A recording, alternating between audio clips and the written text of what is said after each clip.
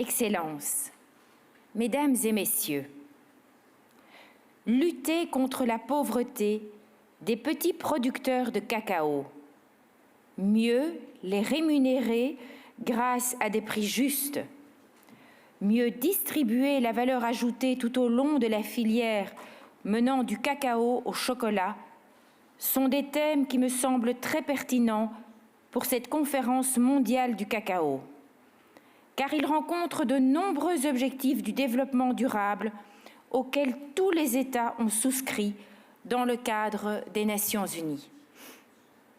La Belgique a toujours fait preuve d'un grand intérêt à l'égard de toutes les questions liées à la filière du chocolat. Il était donc naturel que vous décidiez de vous réunir à Bruxelles pour discuter de la durabilité de la filière du cacao et du sort de millions de petits producteurs. Il était aussi judicieux pour l'Organisation internationale du cacao de mettre la question du revenu décent pour les cacaoculteurs au cœur de ses objectifs stratégiques et de ses activités, et de la choisir pour thème de cette conférence.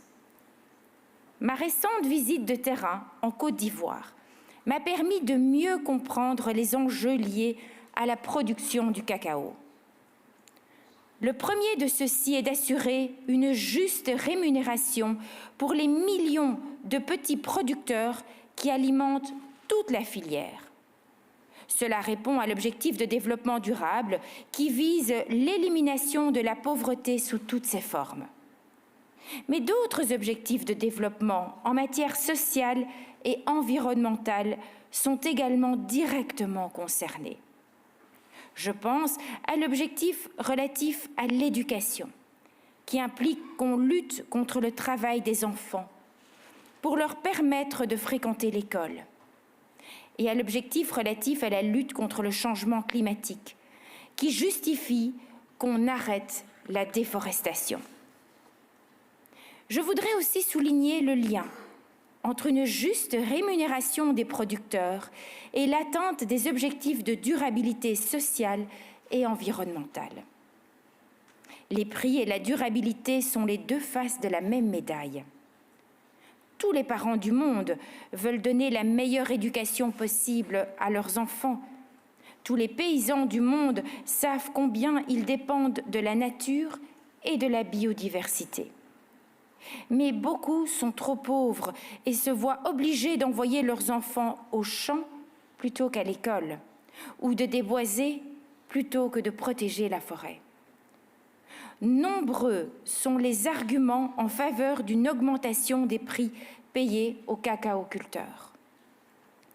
Arguments d'ordre économique, bien sûr, car des paysans justement rémunérés élèvent le niveau moyen de prospérité d'un pays et contribuent à son développement économique par l'effet multiplicateur de leur consommation, de leur épargne et de leur investissement. Argument d'ordre social ensuite, car des paysans justement rémunérés peuvent mettre leurs enfants à l'école et leur prodiguer les soins médicaux dont ils ont besoin, renforçant ainsi le capital humain d'une nation. Argument d'ordre juridique également, car les droits humains figurent parmi les principes directeurs du plan cadre des Nations Unies pour le développement durable à l'horizon 2030, cadre qui a établi les 17 objectifs de développement durable. Mais l'argument le plus fort est peut-être d'ordre moral, car comment admettre une distribution de valeur aussi peu équitable tout au long de la chaîne de valeur allant du cacao au chocolat? Les producteurs ne reçoivent pour leur cacao qu'entre 5 et 10% de la valeur du chocolat acheté par les consommateurs. Les commerçants, les industriels, les chocolatiers, les distributeurs se partagent les 90 ou 95 autres pourcents du prix final. L'équité plaide pour une augmentation du prix payé aux cacaoculteurs. Il faut combler le fossé qui existe entre le revenu réel des producteurs et le revenu décent auquel ils peuvent légitimement aspirer, afin de satisfaire leurs besoins essentiels. Il y a un autre objectif de développement qui me tient personnellement à cœur.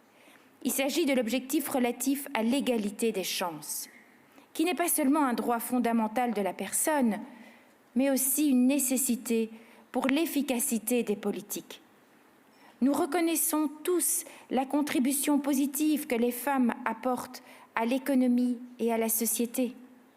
Je vois de nombreux domaines où leur rôle et leurs compétences pourraient être mieux reconnus et valorisés, que ce soit dans la production même du cacao, dans les traitements post-récolte ou dans la commercialisation. Les coopératives de femmes peuvent à cet égard jouer un rôle important pour promouvoir leur autonomisation, leur émancipation et leur juste aspiration.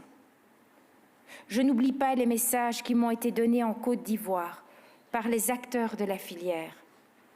Que le cacao devienne durable, ce qui signifie un travail et une rémunération décente pour les producteurs, des enfants qui puissent aller à l'école et des forêts qui sont préservées. Je ne doute pas que cette conférence permettra de mieux cerner tous les enjeux liés à ces différents objectifs. Je vous remercie.